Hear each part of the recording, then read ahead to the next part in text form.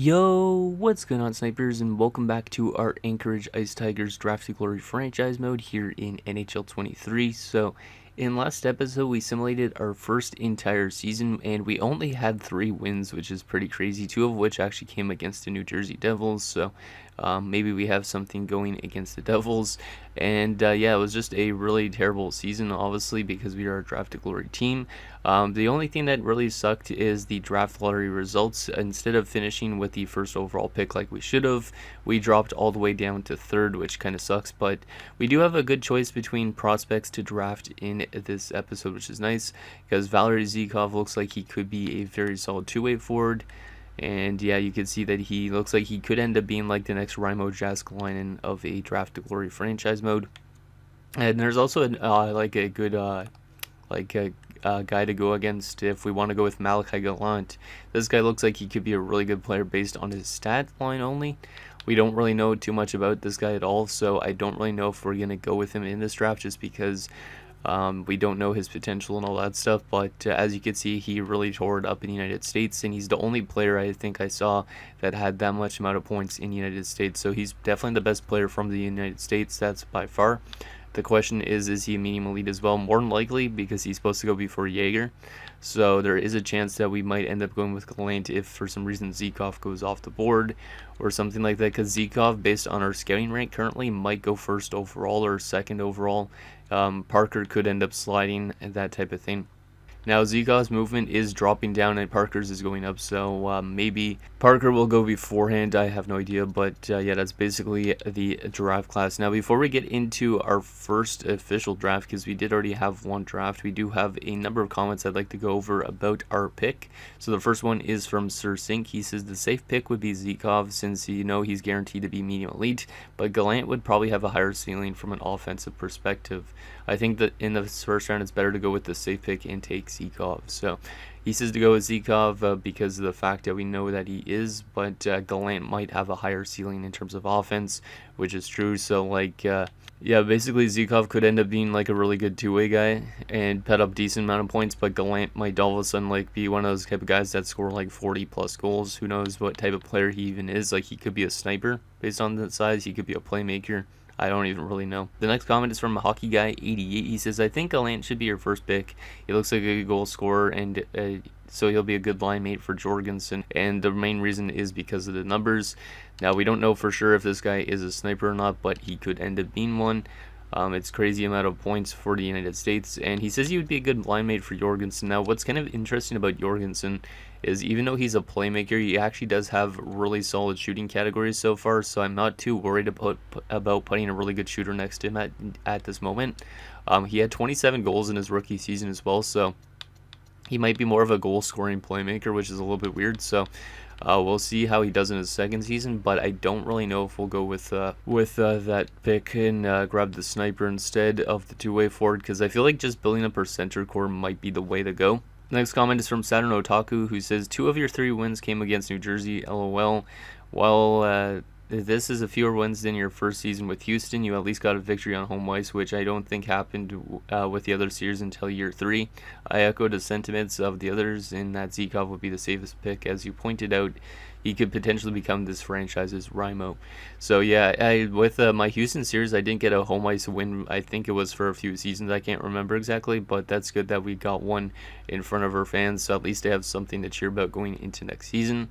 And he also says that Zykov would be probably the safest pick just because he could end up being like Raimo Jääskeläinen, which would be really great because Raimo Jääskeläinen was one of my best players of all time in terms of offense and defensive play. Next comment is from Flame Husky. He says, I would also draft Zykov. He's a big two-way center, probably around 75 to 80 overall out of the gate. He should be a great building piece for those early years. This is not really important, but no Polish hockey prospect is named J.C. Buckley or Aiden Hextall. For some reason, EA doesn't seem to have Polish, Danish, or Norwegian names in their records. It's a very minor nitpick, but I could not take Polish Buckleys and Hextall seriously.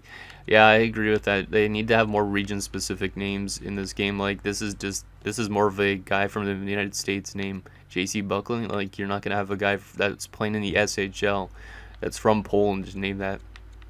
That's kind of weird, but yeah, he also says to go with Zykov, so looks like a lot of you guys want me to go with Zykov, which is good.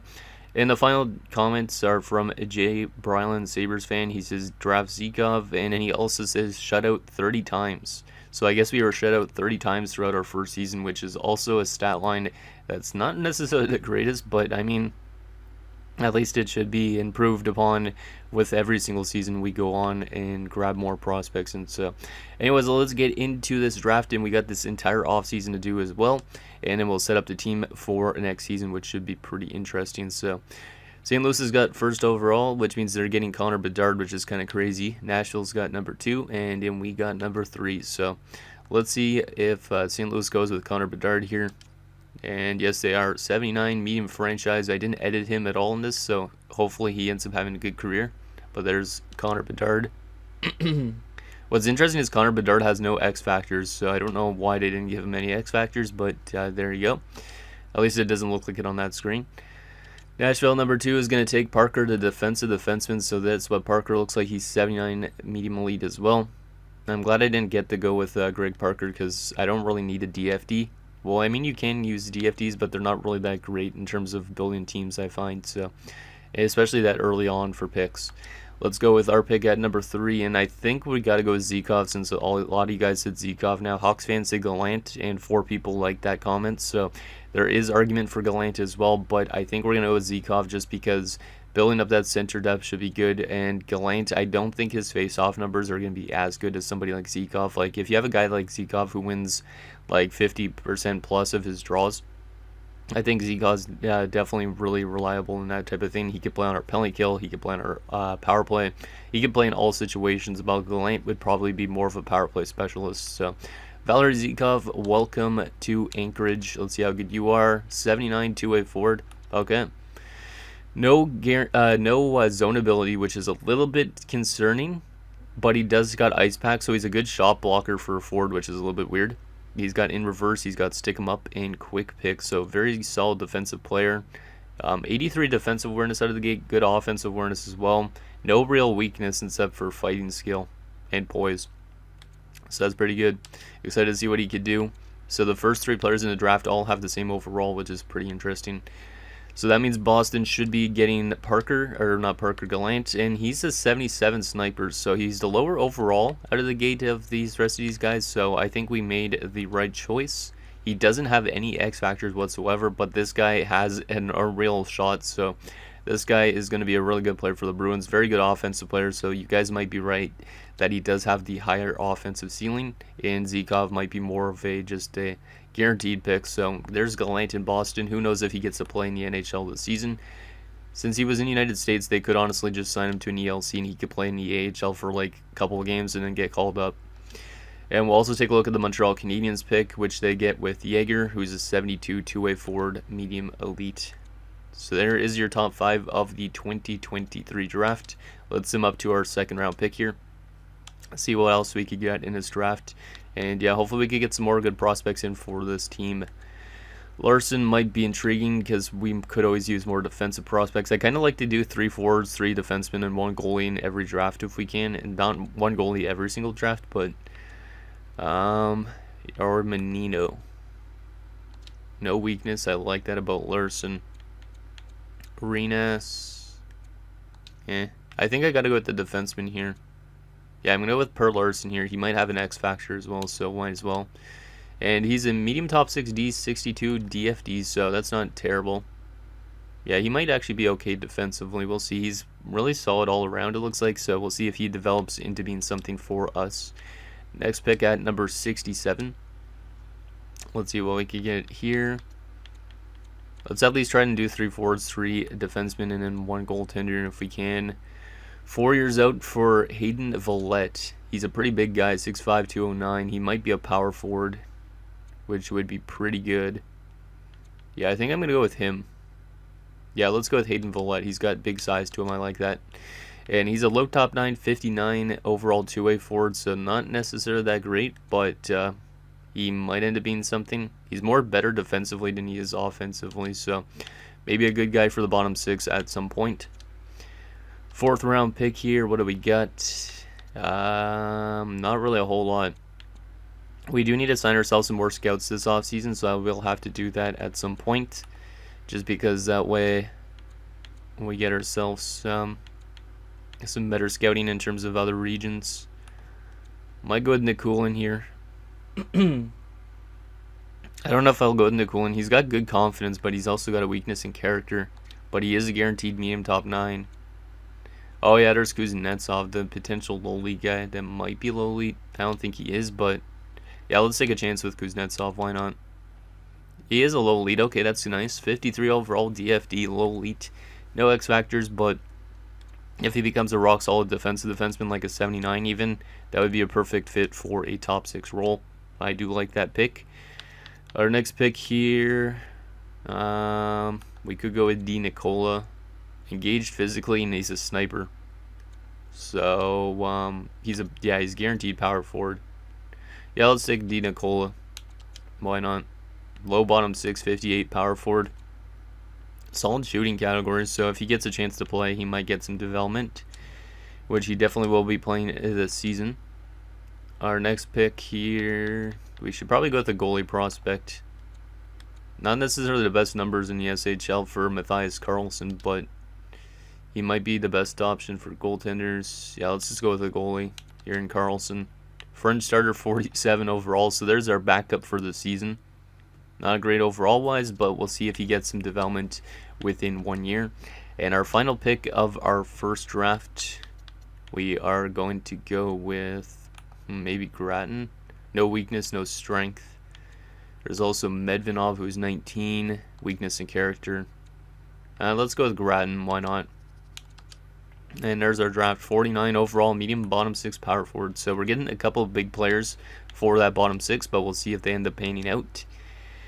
And yeah, that's our draft. So I think that was an okay draft. We get Zikov, obviously, who's the key to this. We got Larson, who's decent. And then Kuznetsov could end up being something decent too. The other guys have top 9 potential and whatnot, so maybe they pan out.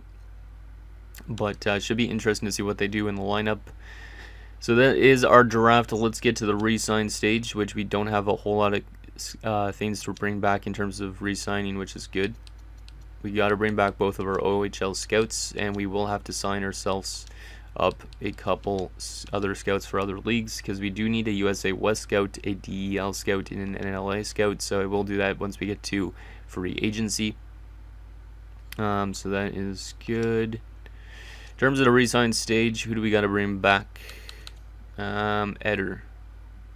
Okay, we'll re-sign Eder. Was Eder one of the guys that was getting a lot of money? I don't think so.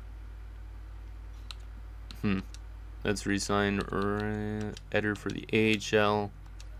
We'll let go of Tanner Elson and Desharnais, just because those guys were guys I wanted to let go of originally anyways. So we need another forward and another defenseman. Probably. Actually, never mind, maybe not, because we got our unsigned guys. So let's sign all these boys up to their ELCs. Excited to see what some of them could do this year, and hopefully Zikov could end up becoming something decent. Sucks that he has no zone ability, because Raimo Jaskalainen did, but maybe he becomes still a very similar two-way forward for us. So we'll sign all those guys up, and I think that's all we really needed to sign. I don't even know if we're within the cap as the cap compliancy part, so we might need to sign ourselves somebody that's gonna like eat up a bunch of cap. Okay, so I think we got everybody. Wait. Okay, so we should be at free agency. Yep, we're at free agency. Perfect. Are we cap compliant? No, I don't think so. Yeah, we still have 58 million. How much of the cap whales do we have left on our roster? None. Okay, so we need to sign like 2 cap whales. Oh, looks like I couldn't sign Karlsson yet because we have too much goalies, or what? Oh yeah, we have too much goalies signed up. That sucks. So Karlsson's not gonna get a chance to play yet, but that's okay. We are going to sign ourselves a couple cap whales, like 2 or 3 cap whales, because we need to sign those, or else we won't be cap compliant. So wow, Austin Matthews is headed to not free agency, he's still an RFA apparently, but I thought he was a UFA, just weird. So that might be a bit broken in the sense. Let's sort this by lowest overall, and let's pick ourselves up some cap whales. Like Nod was one of them, I think. 1 year. Boom. We don't have a lot of contract space room either, so we gotta find these guys as fast as possible. And we'll also find ourselves some scouts. Elsner, we'll go 1 year at 17.6. Who else we got here? We need to find exact guys because or else they will get their ELC. Van Dane. There you go. That should be good for cap whales, I think. Maybe one more just to play it safe. Mr. Ziegler. And we will also give you that much. There you go. That should be good for cap whales. Now we got to go to the scout screen and find ourselves some more scouts. So let's hire ourselves a USA West, a DEL, and an NLA scout. And actually, we will fire some scouts though, because we do not need NHL Pacific and stuff scouts. I don't care about the NHL scouts at all. So we'll get rid of these guys because we will not be using them at all. But yeah, I'm really excited to see what this team could do this year with the more young guys in the lineup. Obviously, we're not going to win a lot of games still, but who knows? Maybe we could find a way to win more than 3 games this year. So let's go to United States. Who's good at the USA West? Let's see. A-, A+ for Morose, so you're getting signed up. There you go. DEL scout we need. We just got to go to Europe. Who's good in DEL? In Germany. A+, perfect. Timofey Glebov. And then we also need an NLA scout, which is still Europe, so we should be able to find one here. Yep, there it is, Mika Hakanna. And that's all the scouts that we should need. I could double up on some leagues, but I'm not going to do that yet. And just because I don't know if our team has the budget. So let's advance a few days, get those cap whales, and also get those scouts signed. Morose accepts, which is good. Same with Glebov. And we're waiting on the other one. Hakanna has accepted. Good, all those scouts are in. And looks like one person rejected, I think, but at least, oh, maybe I didn't have the cap space or something. I don't know. Anyways, that's fine. Let's go to the assigned scout thing and make sure those scouts that we just signed are in their right leagues. Let's see. Glebov's in the DEL, Hakanna in the NLA. That's perfect. And Morose needs to be moved over to the USA West if I can. I can't sign him out yet. I have to wait till the start of the season, I think. Okay, let's sum up to next season and get our lines and stuff set up as well. I'm very excited to see what that top line of Zikov, I guess now, and Jorgensen looks like. I don't know who else is going to be on that top line, but hopefully whoever it is gets a good opportunity to get some good development in, because they're getting thrown up with 2 of our best prospects or younger guys. We won't go to edit lines just yet because I do need to assign that scout over to the USA West. So that is Morose that we need to move. So we will move him over to the United States again. And we will move him over to the western portion. Perfect. So now we should have scouts in every region, or pretty much every region. That is good. Let's take a look at setting up our lines here. We are going to have to go to roster moves and send people up and down now. How do I go to roster moves again? Oh yeah, I have to go like this. I'm not used to the change in terms of editing strategies. Okay, so we need to call up Little. Little is one of our draft picks. Kuznetsov is as well. Was Bergman one of them? No, he was not. Okay. It's hard to remember always who was your draft picks and who wasn't. Grattan was one of our picks. I think it's almost all of them for down there in the AHL. Yeah, I think so. Goalie-wise, Klesla needs to come up. I have to wait, I guess, first. Send some people down. So we will send down... we'll send down Van Deen. We'll send down Thomason. Yeah, Thomason. And we'll send down Barchi. Send those guys down, call them up. And we will send down, I guess, Tisdale, because he's up to a 60. We'll call up Klesla.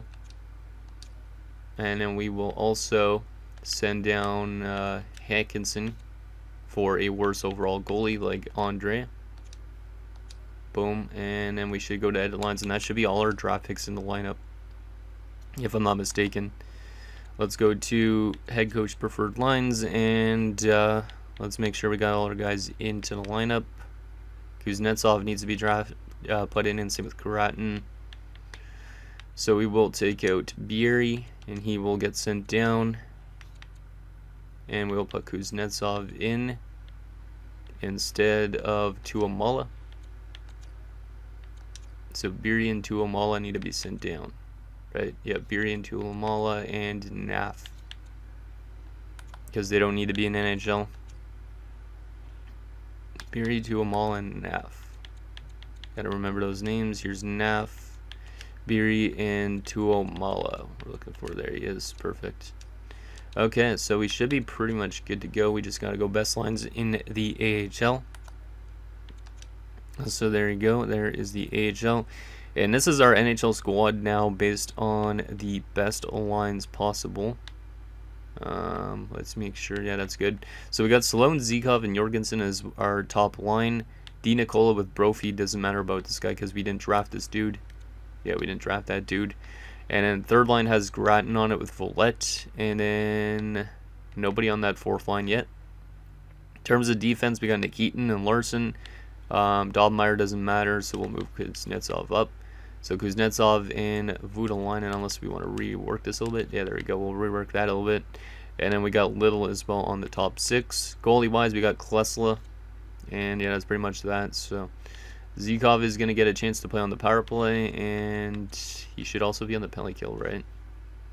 Yeah, he's on the penalty kill as well, but the penalty kill doesn't really have great chemistry, but it is what it is. So should be an interesting season ahead. Let me know what you guys think we're going to get in terms of wins this upcoming season, like how much we're going to get, because I am very curious on how much wins we're actually going to get, if we're going to get more than 3 or less than 3 or the same amount. This upcoming draft, the top pick in it is potentially a defenseman, so we could get ourselves a good defender to build around. There's also some good wingers, which is also good because we could use some more wingers now that we got Zikov in. But yeah, this is basically what the first round looks like in terms of player types. So it looks like a lot of defenders and wingers mostly, which is good that we got a center in last episode. Or last, not last episode, last draft. So anyways, guys, that's going to do it for this episode of our Anchorage Ice Tigers Draft to Glory. So in next episode, we will simulate all of year 2, and hopefully this team has a little bit of a better season, but obviously, hopefully we could win the draft lottery. That's the most important thing. So I'm going to think down below, and I'll see you guys next time.